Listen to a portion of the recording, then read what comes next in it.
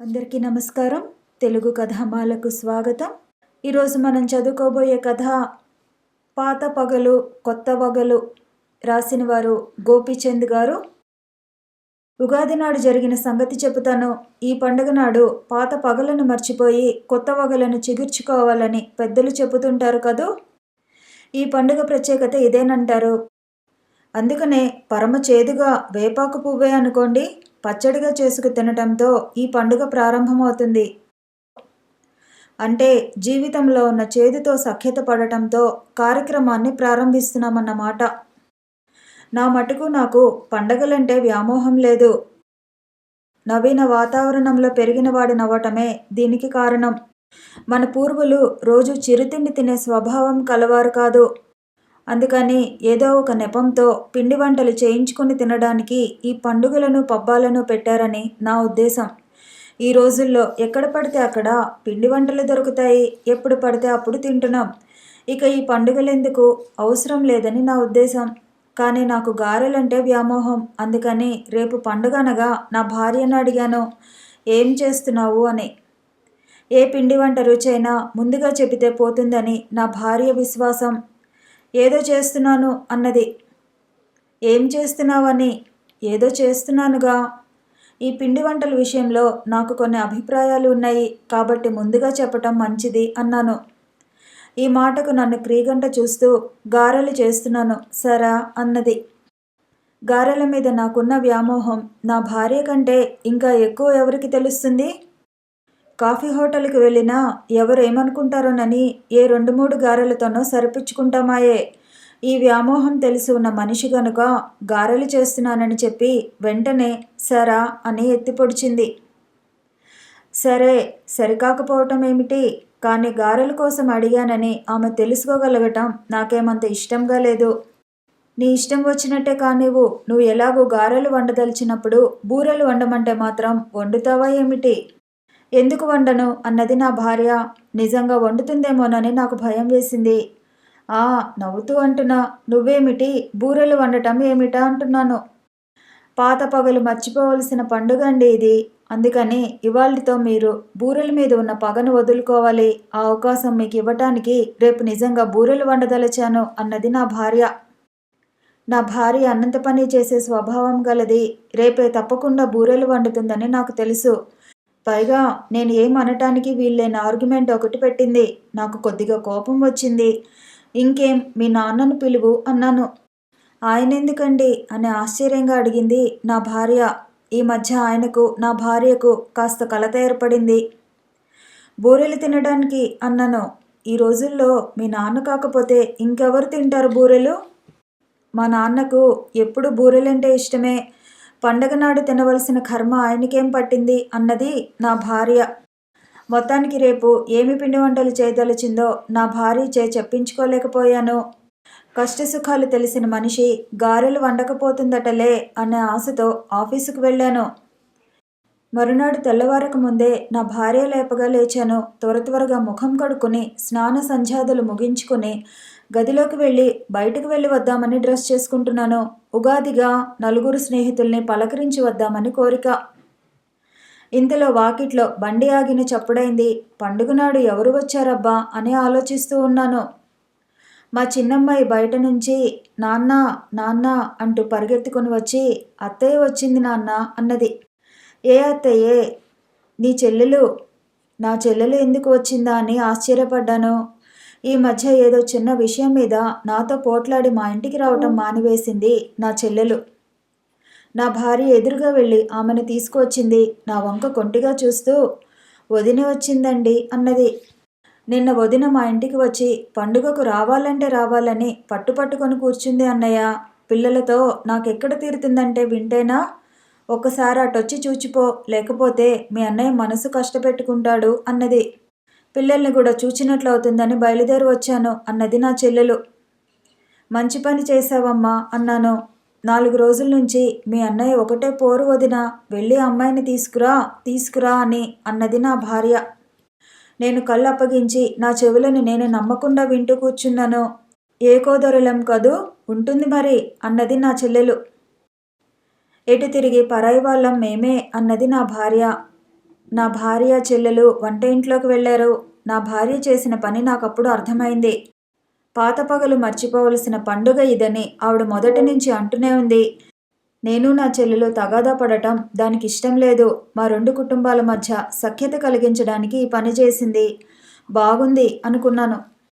నేను డ్రెస్ చేసుకోవటం పూర్తి చేసుకుని బయటకు వెళ్ళి వస్తానని చెప్పడానికి లోపలికి వెళ్ళాను.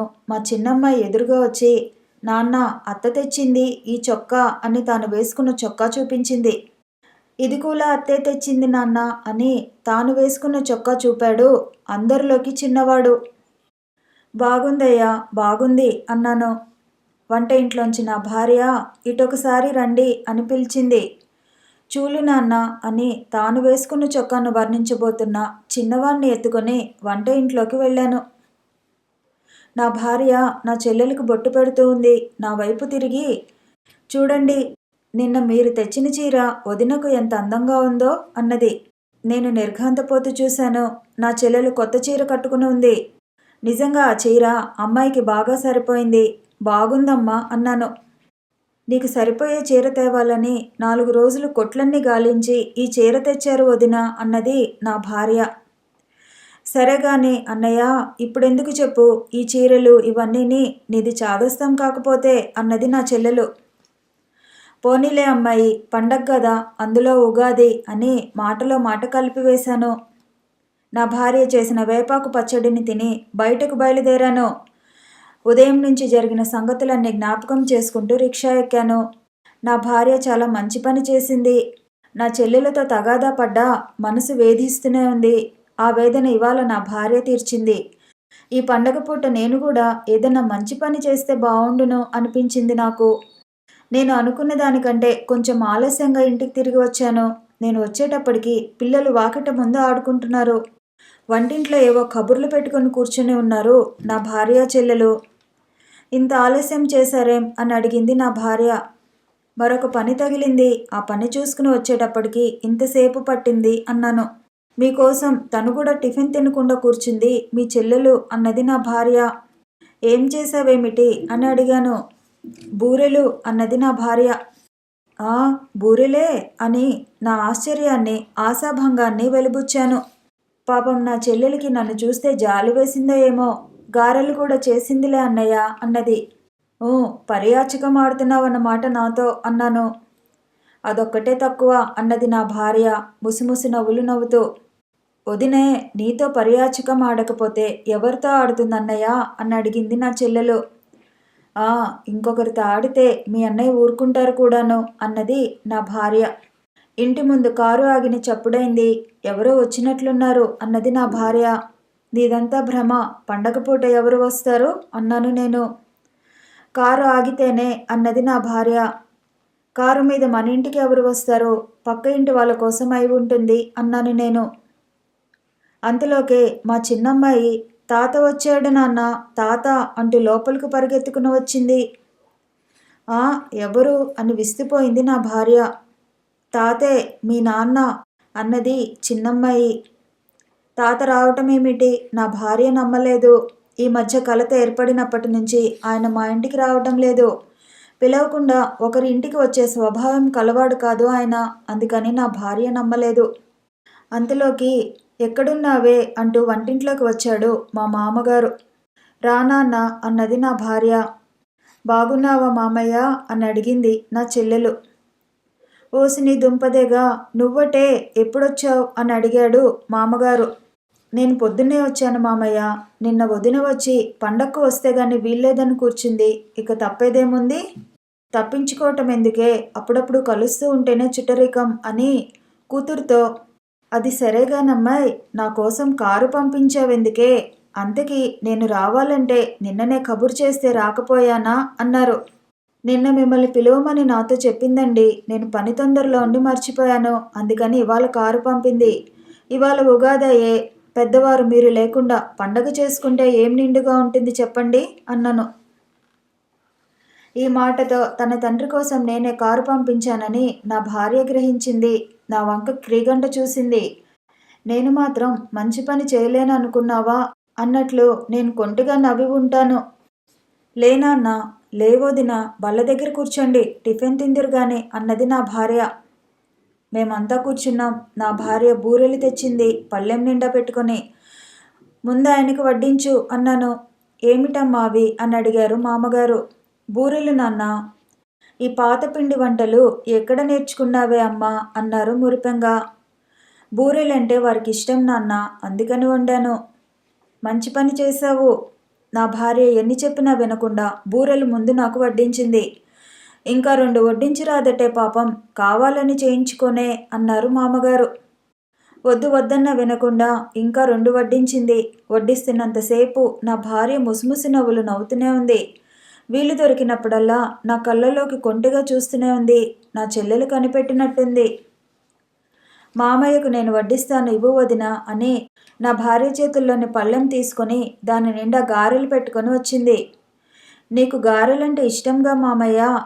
నాకా అని ఆశ్చర్యపోయారు మామగారు. మొహమాట పడతావెందుకు మామయ్య? నాకు వదిన చెప్పలేదనుకున్నావా ఏమిటి? ఎవరికి ఇష్టం వచ్చింది వారు తినడం మంచిది అని మామగారి పళ్ళెంలో ఇన్ని గారెలు వడ్డించింది. నాకెందుకే ఇన్ని అన్నారు మామగారు. పాపం ఆయన మనసు బూరెల మీదే ఉంది.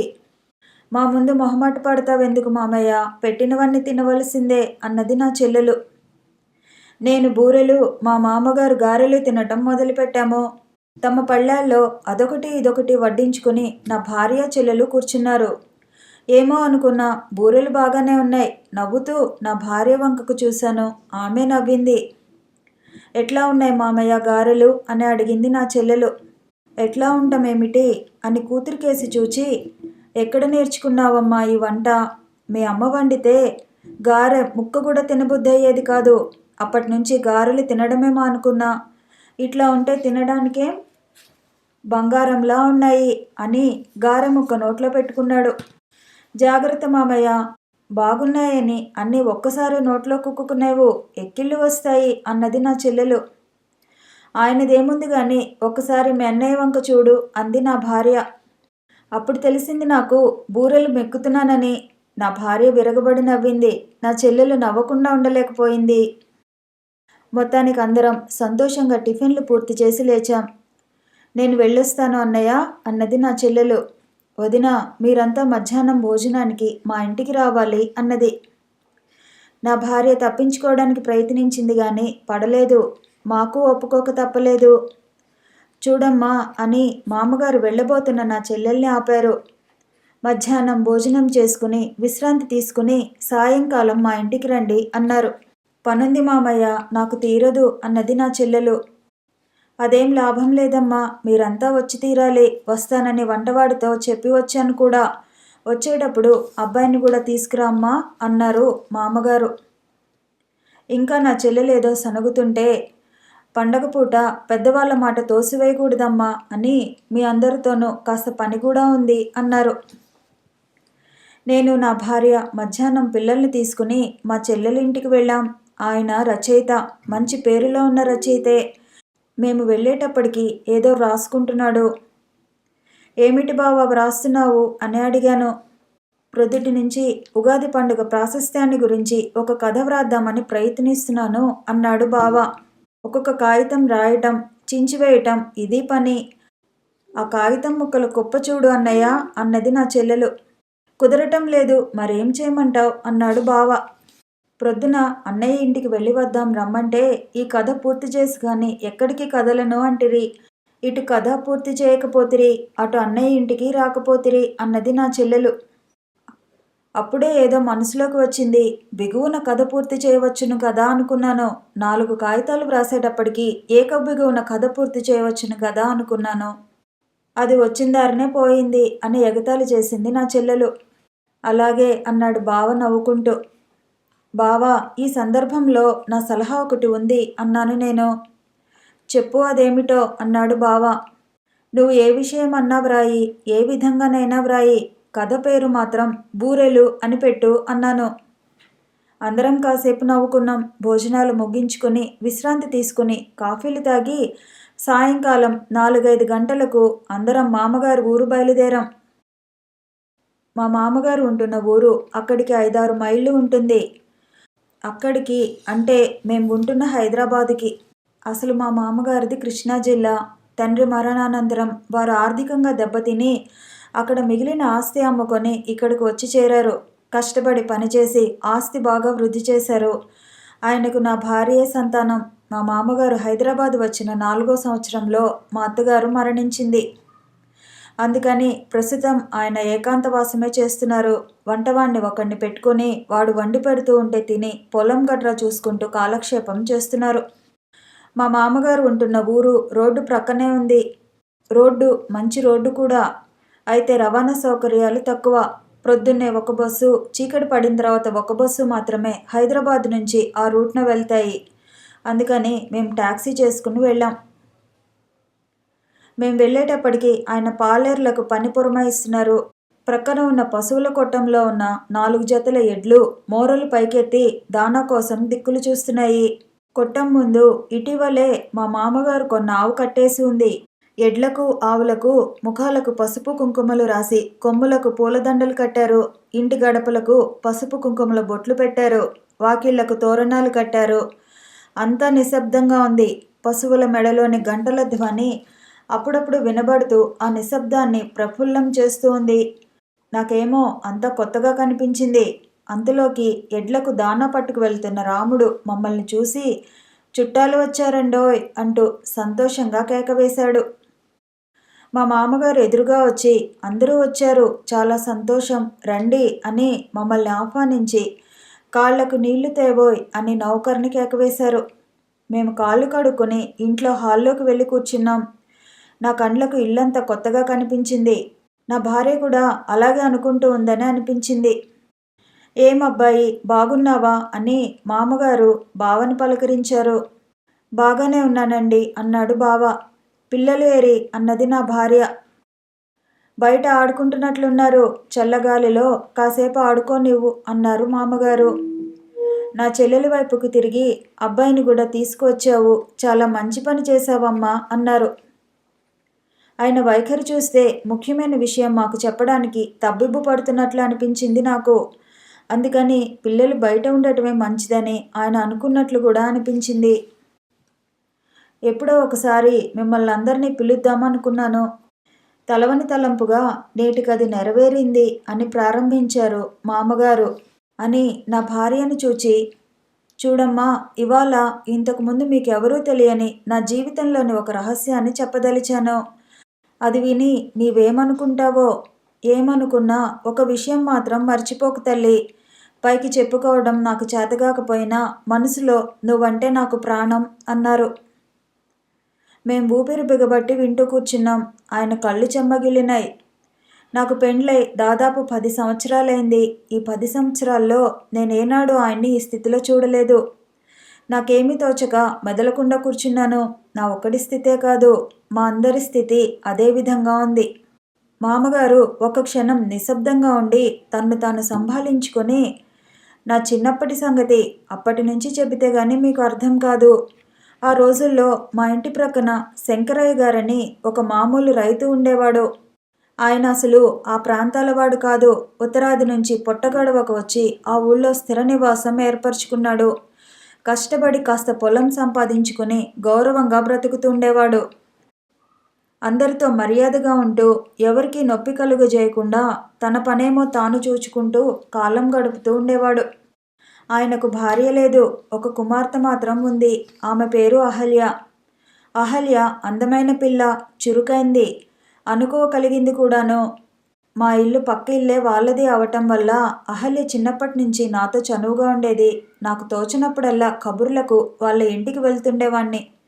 శంకరయ్య గారికి మా కుటుంబం అంటే చాలా గౌరవం. అందులో మా నాన్నంటే మరీను. మా నాన్న ఎదురుగా ఆయన ఎప్పుడు కూర్చుని ఎరగడు. ఎంతసేపైనా నిలబడే మాట్లాడేవాడు. మా నాన్న కూర్చోమన్నా కూర్చునేవాడు కాదు.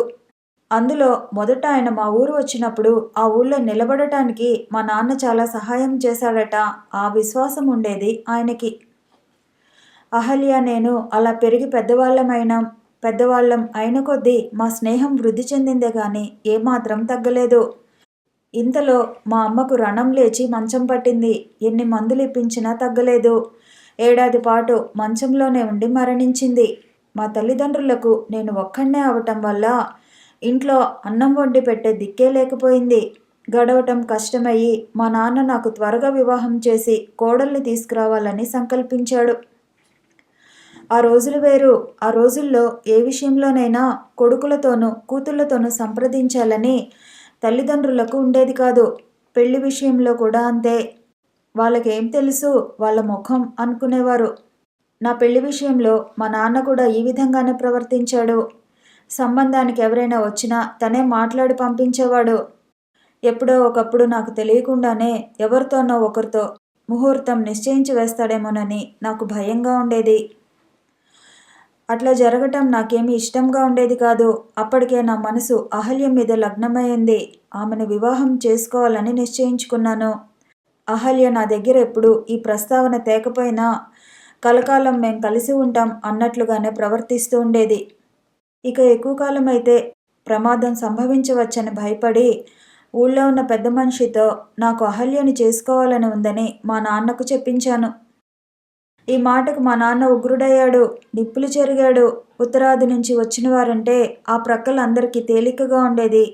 పైగా శంకరం గారు పొట్ట కోసం ఈ ఊరు వచ్చారన్న విషయం మా నాన్న ఎన్నడూ మరవలేకపోయారు. వీల్లేదు, ఇక ఆ మాట నా దగ్గర ఎత్తవద్దు అన్నాడు. ఈ మాట ఊళ్ళో ఎట్లా తెలిసిందో తెల్లవారేసరికి ఊరంతా పొక్కింది. మా నాన్న పెళ్లి ప్రయత్నాలు ముమ్మరంగా సాగించాడు. ఒక రోజున శంకరం గారు కనిపిస్తే నేను అహల్యను పెండ్లి చేసుకునే ప్రస్తావన ఎత్తాను. నాయనా, ఇటువంటివి కోరకు.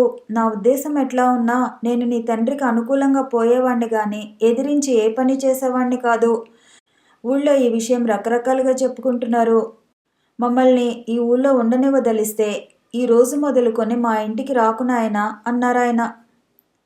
ఇంకేం చేయను? అంతలో ఒక మంచి సంబంధం కుదిరిందని చెప్పి నాన్న నా వివాహానికి ముహూర్తం పెట్టించాడు.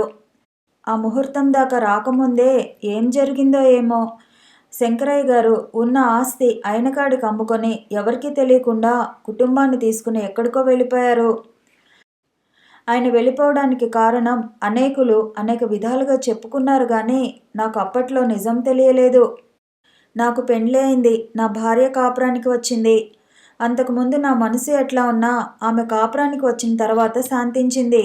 కొద్ది కాలంలోనే నేను అహల్యను మర్చిపోయాను. కాలం ఎప్పుడు ఒక్క తీరును గడవదు కదా. మాకు ఒక ఫ్యాక్టరీ ఉండేది, అది బియ్యం ఫ్యాక్టరీ. ఆ ఫ్యాక్టరీ మా నాన్న కట్టించడమే కొద్దిగా అప్పు చేసి కట్టించారు. నాన్న బ్రతికి ఉండగానే దాని మీద నష్టం ప్రారంభించింది. అటు తిరిగి ఇటు తిరిగి ఆయన చనిపోయిన 6-7 ఏళ్లకు అప్పులు ఎక్కువైనాయి. అప్పుల వల్ల ఒత్తిడి భరించలేక నేను ఆస్తంతా అమ్మివేసి తీర్చాను. అప్పటికి 4 ఎకరాలు మిగిలినాయి. ఇక ఆ ఊళ్ళో తలెత్తుకు తిరగలేక 4 ఎకరాలు అమ్మి ఈ ఊళ్ళో చౌకగా 25 ఎకరాలు కొన్నాను. మామగారు తల వంచుకుని మా వంక కన్నెత్తైనా చూడకుండా చెప్పుకుపోతున్నారు. ఏదో పెద్ద ఆపద రాబోతున్నప్పుడు కూర్చున్నట్లు మేమంతా స్థాణువులమై కూర్చున్నాం. ఏదో పెద్ద భయం మమ్మల్ని ఆవహించింది. ఒకరినొకరు చూచుకోవడానికే భయం వేసింది.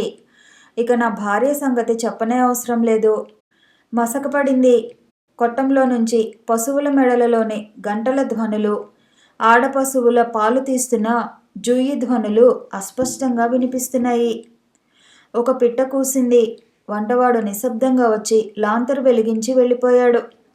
మామగారు నెమ్మదిగా తల పైకెత్తి నా భార్యని సూటిగా చూచి, చూడమ్మా, అప్పటికి నువ్వు నెలల బిడ్డవు. నిన్ను చంకన వేసుకుని నేను మీ అమ్మ ఈ ఊరు వచ్చాం. అప్పుడు ఈ ఊరు ఇట్లా ఉందా? నా అనేవారు లేరు. పైగా ఎక్కడి నుంచో వచ్చామని ఈ ఊరు వారికి మా మీద పగ. సరే, ఎట్లాగో కష్టపడ్డాం, నిలదొక్కున్నాం. ఆనాటికి ఈ ఊరు వచ్చి 10 సంవత్సరాలైంది. కరీంనగర్ జిల్లాలోని ఒక గ్రామంలో నీటి వసతి కలగబోతున్న మంచి భూములు చౌకగా అమ్మబోతున్నారని తెలిసి అక్కడకు వెళ్ళాను. ఆ భూకామందును కలుసుకొని ఆ భూమిని చూశాను. ఆ భూమంతా గులకరాయే. గజం లోతు త్రవ్వి చూసినా రాయి విడలేదు. కొని లాభం లేదనుకుని ఆ సాయంకాలం ఇంటికి వచ్చి వేస్తున్నాను. ఆ ఊరి రైలు స్టేషన్ దగ్గర ఒక ఇల్లు ఉంది. ఆ ఇంటి గడపలో ఒక స్త్రీ నిలబడి ఉండటం చూశాను. అహల్యేమో అనుకున్నాను. ఆ స్త్రీ నన్ను చూచో ఏమో గబగబా ఇంట్లోకి వెళ్ళిపోయింది. ఆ మనిషి ఎవరో తెలుసుకోకుండా నాకు ఒక్క అడుగు ముందుకు వేయబుద్ధి కాలేదు. ఎన్నో జ్ఞాపకాలు మనసును కలతపెట్టినాయి. ఆ ఇంటి దగ్గరకు వెళ్ళి పిలిచాను. ఎవరు ఇంట్లో అని. 2-3 పిలుపులకు సమాధానం లేదు. ఇంట్లోకి వెళ్ళి మళ్ళీ పిలిచాను. ఎవరు ఇంట్లో అని. ఇక తప్పదు అనుకుందో ఏమో ఆ స్త్రీ ప్రక్క గదిలో నుంచి నేను ఉన్న చోటికి వచ్చి నిలబడింది. నా కళ్ళను నేనే నమ్మలేకపోయాను. ఆమె అహల్యే, కానీ ఎంత మార్పు! కాలం ఆమెను ఎంతగా మార్చివేసింది. ఆ విధంగా అహల్య నేను జీవితంలో మళ్ళీ కలిసాం. ఆమె తన జీవితం నాకు చెప్పింది. నేను తనని చేసుకుంటానని చెప్పడానికి తన తండ్రే కారణం అనుకొని నాన్న ఆయన్ని ఏం చేస్తానో చూడు నిన్ను అని బెదిరించాడట. ఇక ఆ గ్రామంలో ఉంటే పరువు దక్కదని ఆయనకాడికి ఉన్న ఆస్తంతా అమ్ముకొని దూరపు బంధువు ఒకడుంటే అతనికిచ్చి తనను వివాహం చేసి తన తండ్రి ఈ గ్రామంలో స్థిరపడిపోయాడట. కానీ ఆ గ్రామం విడిచి వచ్చినందుకు దిగులు ఆయన గుండెను నములుతూనే ఉందట. అలాగే మంచం పట్టి ఈ గ్రామం వచ్చిన కొద్ది రోజులకే మరణించాడట. అప్పటి నుంచి తను తన భర్త ఈ ఇల్లు అద్దెకు తీసుకుని కాలం గడుపుతున్నారట. పైగా ఆమె భర్తకు 2 సంవత్సరాల క్రిందట పక్షవాతం వచ్చి మంచం పట్టాడు. నన్ను తీసుకువెళ్ళి తన భర్తను చూపింది. అతను లోపల వరండాలో మంచం మీద పడుకొని ఉన్నాడు. చాలా క్షీణదశలో ఉన్నాడు. అహల్య నన్ను గురించి అతనికి చెప్పింది. అతనికి ఒక చెయ్యి కాలు పడిపోయింది. ఒంటి చేయితోనే నమస్కరించాడు. ఆనాటి నుంచి నిత్యం అహల్య నా మనసులో మెదులుతూనే ఉండేది. అప్పుడప్పుడు వెళ్ళి పలకరిస్తూ ఉండేవాణ్ణి. 1-2 రోజులు వాళ్ళ ఇంట్లో ఉంటూ ఉండేవాణ్ణి కూడా. అట్లా జరుగుతూ ఉండగా ఒకరోజు అహల్య దగ్గర నుంచి ఉత్తరం వచ్చింది. తన భర్తకు ఎక్కువగా ఉందని, బ్రతుకుతారనే ఆశ లేదని, వెంటనే రావలసిందని వ్రాసింది. నేను బయలుదేరి వెళ్ళాను. నేను వెళ్ళేటప్పటికి అతను స్పృహలో లేడు. అంతిమ ఘడియలు సమీపించి ఉన్నాయి.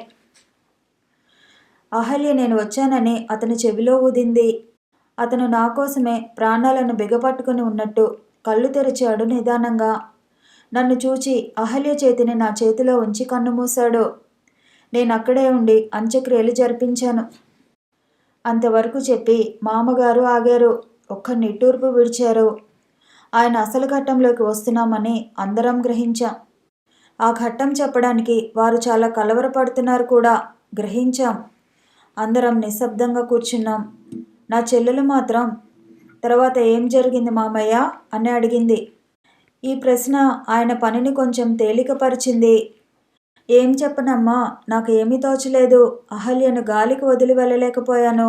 భర్త జబ్బు వల్ల, ఇతర సంపాదన ఏమీ లేకపోవడం వల్ల వాళ్ళు చాలా రుణం చేశారు.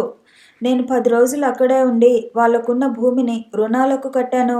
అలా కట్టగా 500 రూపాయలు మిగిలాయి. ఆ డబ్బు ఆమెకు ఇవ్వబోయాను. నాకెందుకు, మీ దగ్గరే ఉంచండి అన్నది ఆమె. ఆ డబ్బు నా దగ్గరే ఉంచాను. ఆమెకు కావలసినప్పుడల్లా ఇస్తుండేవాణ్ణి. ఈ డబ్బు అయిపోయిన తర్వాత ఏం చేయాలి అని అహల్య ఆలోచిస్తున్నట్లుగా కనిపించేది కాదు. తన భవిష్యత్తును గురించి ఏనాడు నాతో మాట్లాడి ఎరుగదు. తను అనుకుని కూడా ఉండదని నా నమ్మకం. తన మంచి చెడులు చూడవలసిన బాధ్యత పూర్తిగా నా మీద ఉన్నట్లే ప్రవర్తించేది. నాకు అట్లాగే అనిపించింది. నేను నెలకు ఒకసారి ఆ ఊరు వెళ్ళి ఆమెకు కావలసిన సరుకులన్నీ కొనిపెట్టి కొద్దిగా డబ్బు ఇచ్చి 5-6 రోజులు ఉండి తిరిగి వస్తూ ఉండేవాణ్ణి. ఆమెను చూడకుండా ఉండలేకపోయేవాణ్ణి. ఆమె కూడా అంతే. మామగారు మళ్ళీ ఆగారు. ఒక్క నిట్టూర్పు విడిచి అందరినీ కలేజూశారు. వారు చెప్పబోయే విషయం మాలో ప్రతి ఒక్కరూ గ్రహించుకున్నట్లు ఉంది. మా ముఖాలు చూసి వారి విషయం గ్రహించినట్లున్నారు. ఇంకెందుకు నా గోడు పొడిగించటం, మిమ్మల్ని విసిగించటం. నేను అహల్యను గాఢంగా ప్రేమించాను. ఆమె కూడా అంతే. నన్ను తిరిగి కలవకముందు జరిగిన జీవితం అంతా ఆమెకు ఒక పెద్ద పీడకలలా కనిపించేది. మొద్దు నిద్రలో నుంచి లేచి మామూలు జీవితంలో అడుగుపెట్టిన వ్యక్తికి మళ్ళీ మాట్లాడేది అహల్య. అట్లా కొన్నాళ్ళు గడిచినాయి. మాకొక పుత్రుడు కలిగాడు. పుత్రుడు కలగటం ఆమెకు మామూలుగానే ఉంది. చాలా సంతోషించింది. కానీ నన్నొక పెద్ద సమస్య ఎదుర్కొంది. నా భవిష్యత్తును ఏ విధంగా నిష్కలంకం చేయాలి అని ఆలోచించాను. దారి దొరకలేదు. ఈ విషయం నా భార్యతో చెప్పకుండా దాచటం అన్యాయం అని చెప్పి ఆమెకు చెప్పాలని ఎన్నో విధాలా ప్రయత్నించాను. కానీ చెప్పలేకపోయేవాణ్ణి. ఆమెకు నా మనసుని ఏదో వేధిస్తూ ఉందని తెలుసు. ఒక్కొక్కప్పుడు ఆమె మాటలను జ్ఞాపకం చేసి చూసుకుంటే ఆమెకు అసలు విషయం తెలుసా అనే సందేహం కూడా నాకు కలుగుతూ ఉండేది. ఏమైనా ఎంత ప్రయత్నించి ఆమెకు చెప్పలేకపోయాను. నేను మదన పడుతూ ఉండగానే జబ్బు చేయటం, ఆమె దాటిపోవటం జరిగింది. ఆమెకే కనుక నేను ఈ సంగతి చెప్పి ఉంటే నేడు నాకు ఈ సమస్య ఉండేది కాదు అన్నాడు మామగారు. ఈ విషయం ఎట్లా స్వీకరిస్తూ ఉందో అని నేను నా భార్యను పరీక్షగా చూశాను. తొనకకుండా బెనకకుండా వింటూ ఉంది. నా చెల్లెలు బావ ఉద్రేకావస్థలో ఉన్నారని వారి ముఖాలు చెప్పక చెబుతున్నాయి. నా బావ రచయిత గనక ఈ సన్నివేశం అతన్ని బాగా ఆకర్షించింది. ఆమె కొడుకు ఇప్పుడెక్కడ ఉన్నారు మామయ్య అని అడిగింది నా చెల్లెలు. ఇక్కడే ఉన్నారమ్మా. వారిని ఈ ఊరు తీసుకువచ్చి వారం రోజులైంది. ఈ ఇంట్లో ఉండమంటే కాదు, వేరుగా ఉండనివ్వు అన్నది అహల్య. ఇక వాళ్ళని నాకు సంబంధం లేని వారిగా ప్రపంచాన్నించి దాచటం ఇష్టం లేదమ్మా. అందుకని నాతోనే ఉంచుకోదలిచాను అన్నారు మామగారు. నా చెల్లెలు ఒక్క క్షణం ఆలోచించి ఆమెను వివాహం చేసుకుంటావా మామయ్య అని అడిగింది. అవసరమైతే అన్నారు మామగారు. ఒక్కొక్క అక్షరం తూచి తూచి చెప్పారు. బాగుంది అన్నాడు బావ. మామగారు నా భార్యను ఒక్క క్షణం తదేక ధ్యానంతో చూచి, చూడవమ్మా, నేను పొరపాటే చేశాను. కానీ నా పొరపాటికి అహల్యను, ఆమె కుమారుణ్ణి శాశ్వతంగా అపకీర్తి పాలు చేయడానికి నా మనసు అంగీకరించడం లేదమ్మా. నా కొడుకని లోకానికి చెప్పడానికి నేనెందుకు భయపడాలి? అయితే ఒక్క సంగతమ్మా, ఈ ఆస్తి నాకేమీ అక్కర్లేదు. ఈ ఇల్లు కూడా నాకు వద్దు. ఇదంతా నీదే. నేను నా ఉద్దేశం మొదటిసారిగా అహల్యకి చెప్పినప్పుడు ఆమె ఒప్పుకోలేదు. ఈ జన్మకిలా జరిగిపోనివ్వు అన్నది. చివరికి నా ఆస్తి నీకు వదిలివేస్తే అంగీకరిస్తానన్నది. నేను సరే అన్నాను. చూడమ్మా, ఈ ఊరికి దక్షిణాన దూరంగా నాకు 5 ఎకరాల మెట్ట ఉంది. అది అడవి భూమి. దాన్ని నేను సేద్యార్హం చేసుకుంటూ అక్కడే ఒక గుడిసె వేసుకుని ఉందామని నేను నిశ్చయించుకున్నానమ్మా. ఇక నాకున్న యావదాస్తి నీదే. రేపు నీ పేర రాసి ఇచ్చివేస్తాను అని చెప్పి మూలనున్న పొన్నుకర్ర తీసుకుని నేను అటు ఊళ్ళోకి వెళ్ళి వస్తానమ్మా. కొద్దిగా పని ఉంది. నేను రాత్రిళ్ళు భోజనం చేయను. మీ భోజనాలు కానివ్వండి అని బయటకు వెళ్ళారు. మేమంతా నిశ్శబ్దంగా కూర్చున్నాం. మేమంతా ఆలోచించుకొని ఒక నిర్ణయానికి వచ్చే అవకాశం ఇవ్వగలందులకు మామగారు బయటికి వెళ్ళారని మా అందరికీ మనసులో తెలుసు. మా అందరి దృష్టిలు నా భార్య మీదే కేంద్రీకరింపబడి ఉన్నాయి. ఆమె అభిప్రాయం కదా ముఖ్యం. ఆలోచిస్తూ కూర్చున్న ఆమె నెమ్మదిగా తలపైకెత్తి వంటవాణ్ణి పిలిపించింది. అహల్య గారు ఎక్కడ ఉంటున్నారో నీకు తెలుసా అని అడిగింది. ఎక్కడో ఏమిటమ్మా, ఈ అవతల బజార్లోనే ఉంటున్నారు అన్నాడు వంటవాడు. నేను ఆమెను కలుసుకోవాలి, దారి చూపిస్తావా? రండమ్మగారు అన్నాడు వంటవాడు. నాకు నిజంగా భయం వేసింది. ఆమె దగ్గరికి వెళ్ళి నా భార్య ఏ కజ్జాలోకి దిగుతుందో అని. ఇప్పుడు ఆమె దగ్గరికి ఎందుకు అన్నాను. ఆమె వేరుగా ఉండటంలో అర్థం లేదు. నాన్నగారు తిరిగి వచ్చేటప్పటికి ఆమెను, నా తమ్ముడిని తీసుకువస్తాను. ఈ ఆస్తంతా నా తమ్ముడిదే అన్నది నా భార్య. శభాష్, 1,00,000 రూపాయలు విలువ చేసే మాట అన్నావు. నేను కూడా వస్తాను వదినా అని నా చెల్లెలు బయలుదేరింది. ఇద్దరు అహల్య గారిని, ఆమె కుమారుణ్ణి తీసుకురావడానికి బయలుదేరారు. బావా అన్నాను. బాగుందోయి అన్నాడు బావా. ఉగాదిని గురించి నీవు వ్రాస్తున్న కథకు బూరెలు అని పేరు పెట్టమన్నాను. ఆ పేరు బాగాలేదని నా మనసుకే అనిపిస్తోంది బావా అన్నాను. మరే పేరు పెట్టమంటావు అని అడిగాడు బావా. మేలు కలయిక అని పేరు పెట్టు బావా అన్నాను. బాగుందోయ్, బాగుంది అన్నాడు బావా ఆనందంగా నవ్వుతూ. మరొక కథతో మళ్ళీ కలుసుకుందాము. ఈ వీడియో నచ్చితే లైక్ చేయండి, షేర్ చేయండి, కామెంట్ చేయండి, ఛానల్ని సబ్స్క్రైబ్ చేయండి.